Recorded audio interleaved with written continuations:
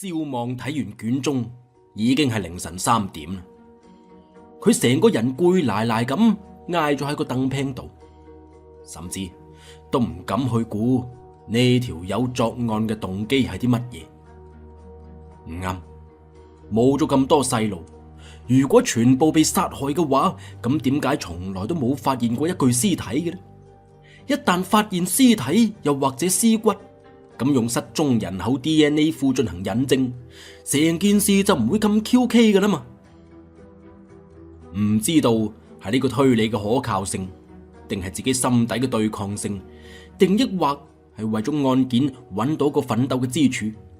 蕭望強迫自己相信呢31個細路家史仲在生嘅。如果唔係封建迷信、殘忍殺人咁樣，呢班細路哥家史去咗邊呢？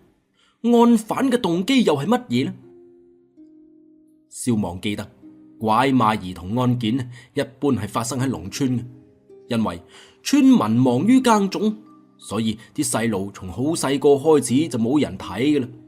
呢個就俾一啲不法分子有咗可乘之機。但係呢31單案件無一例外，全部係發生喺城市裏邊，甚至有好幾單嘅案發地點就喺非常繁華嘅街道，而且呢，有啲年份喺唔同嘅地方仲會發生2單添。會唔會係偷細佬哥嘅競賽呢？係變態嘅人做嘅？不過咁樣問題又兜翻嚟啦。咁家史呢班細路到底去咗邊呢？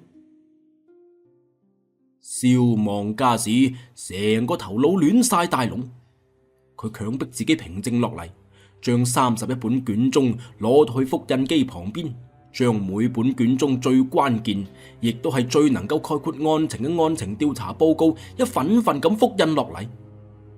而就喺複印機不停咁重複工作緊嘅時候，隨住複印機光點移動，蕭望忽然之間亦都係靈光一閃噃。會唔會俾人偷嘅細路，又或者佢哋嘅父母有啲乜嘢規律呢？蕭望好努力咁回憶住卷宗裏邊嘅記載，姓氏、籍貫、血緣、黨派、社團、年紀、職業，通通都唔係，全部都冇任何嘅規律嘅。只不過佢哋嘅成就呢？係啊，成就係點樣呢？體育健將、高級工程師、資深警察、傑出軍官、著名黑客，每一個細路嘅父母都唔係普通人嚟嘅。佢哋雖然有啲就冇權冇勢冇錢，但係都總算係當地嘅名門望族。咁即係話，案犯揀嘅唔係目標，而係基因啊！案犯想做啲乜嘢呢？雖然仲未明確案犯嘅動機，但係蕭望對佢嘅呢個靈光一閃深信不疑。佢嗱嗱臨將啲卷宗複印好，然後坐翻喺電腦嘅前邊，開始將自己發現到嘅嘢整成一份完整嘅匯報材料。佢已經諗好咗啦，呢份匯報嘅材料佢唔會交俾林伯伯，亦都唔會交俾派出所所長，佢會直接交俾自己嘅老豆，南安市公安局局長蕭文天啊。因為案件發展到咁樣，唔可以排除喺公安部裏邊有違紀透露案情嘅人。咁樣一嚟，蕭文天就係佢唯一可以相信嘅人，而蕭文天亦都係最會信得過佢嘅人。胸有成竹，自然就屍如泉湧，樂不生輝。凌晨5點半鐘，蕭望完成咗佢呢一份系統嘅報告。報告介紹咗全部可疑案件嘅基本情況，並且將每單案件嘅重點部分都標紅咗出嚟。報告旁徵博引，據理分析，最終得到咗一系列嘅結論。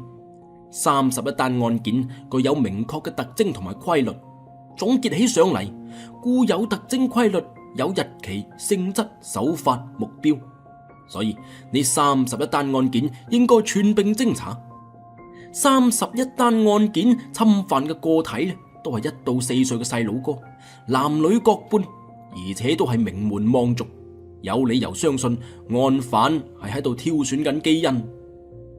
但係並冇任何依據嚟推測案犯嘅作案動機，冇任何嘅依據嚟引證受害嘅呢31名細佬哥，最大嘅今年已經25歲啦，佢哋仲係咪在生？當寫低呢句說話嘅時候，蕭望個心忍唔住痛咗下，佢絕對唔願意相信呢單係31單嘅殺人案件，但係佢冇辦法唔客觀有依據咁去推理分析。報告認為下一步應該拋開對案犯作案動機嘅揣測，直接從案犯嘅活動範圍以及案犯個體特徵入手進行排查，同時應該去揾地處隱蔽嘅有細佬哥聚集嘅場所逐一排查。話晒近幾年嚟被盜嘅細佬哥都仲係好細個，如果冇一個合適嘅生存場所，啲細路係冇辦法生存落去。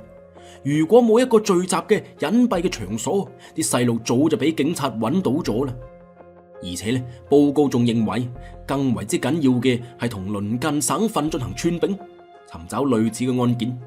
雖然打怪數據庫早就建成，但係數據庫畢竟對案件嘅特徵、案件發生嘅時間等等嘅因素並冇串並嘅能力嘅，咁就需要附近嘅幾個省精誠合作，用人手嚟排查，咁先至可以發現到呢單案嘅巧妙嘅。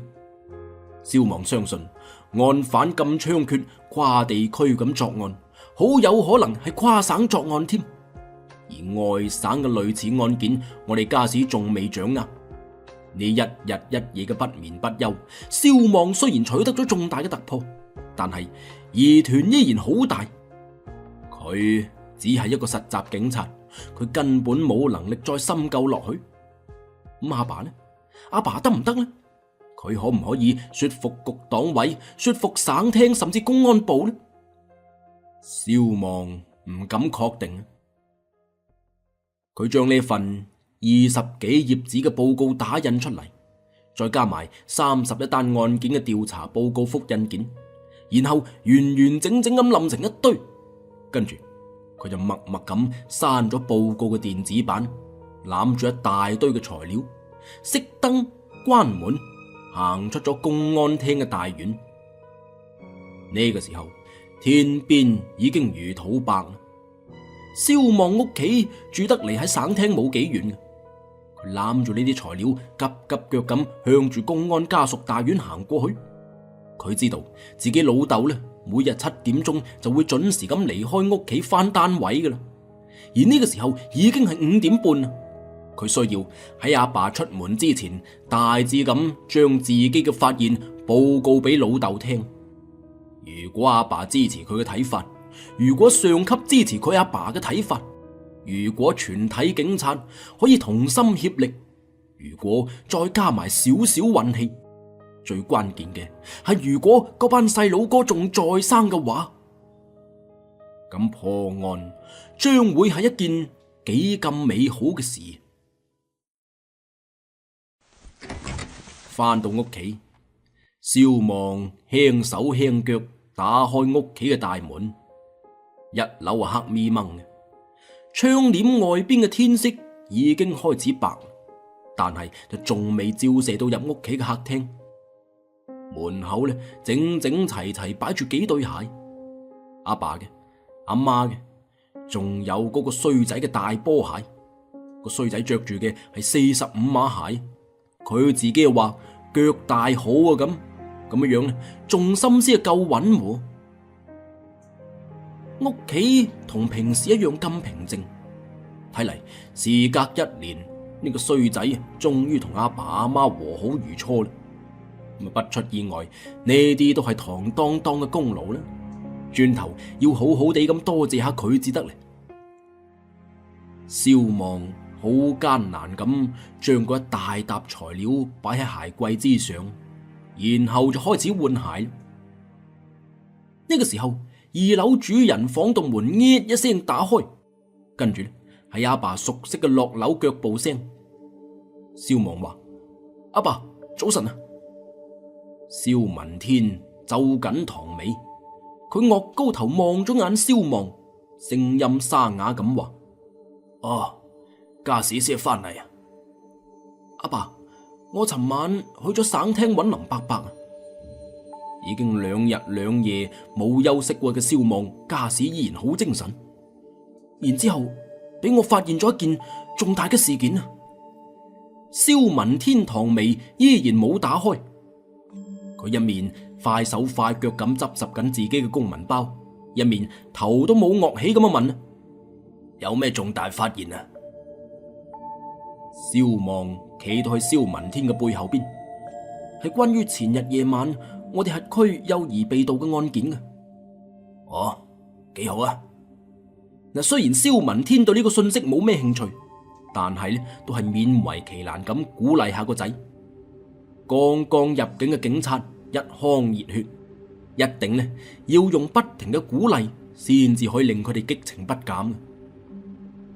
蕭望試探性咁問：你得唔得閒聽下？蕭文天望一望客廳嘅掛鐘，今日唔得啦，第日啦，你可以先去同你哋所長匯報下。你阿小柳叔叔已經喺樓下邊等緊我啦。小柳叔叔呢個名叫做劉安平，係南安市公安局副局長兼刑警支隊嘅支隊長嚟嘅。蕭望亦都望咗眼掛鐘，有啲詫異咁話啦：吓，乜今日咁早啊？係啊。蕭文天諗咗諗，既然蕭望已經加入咗警察隊伍啦，咁就冇必要向佢保密啦。看守所有人越獄啊！蕭望嚇咗大跳，越獄幾個啊？蕭文天嘆咗口氣，唉，足足20幾個。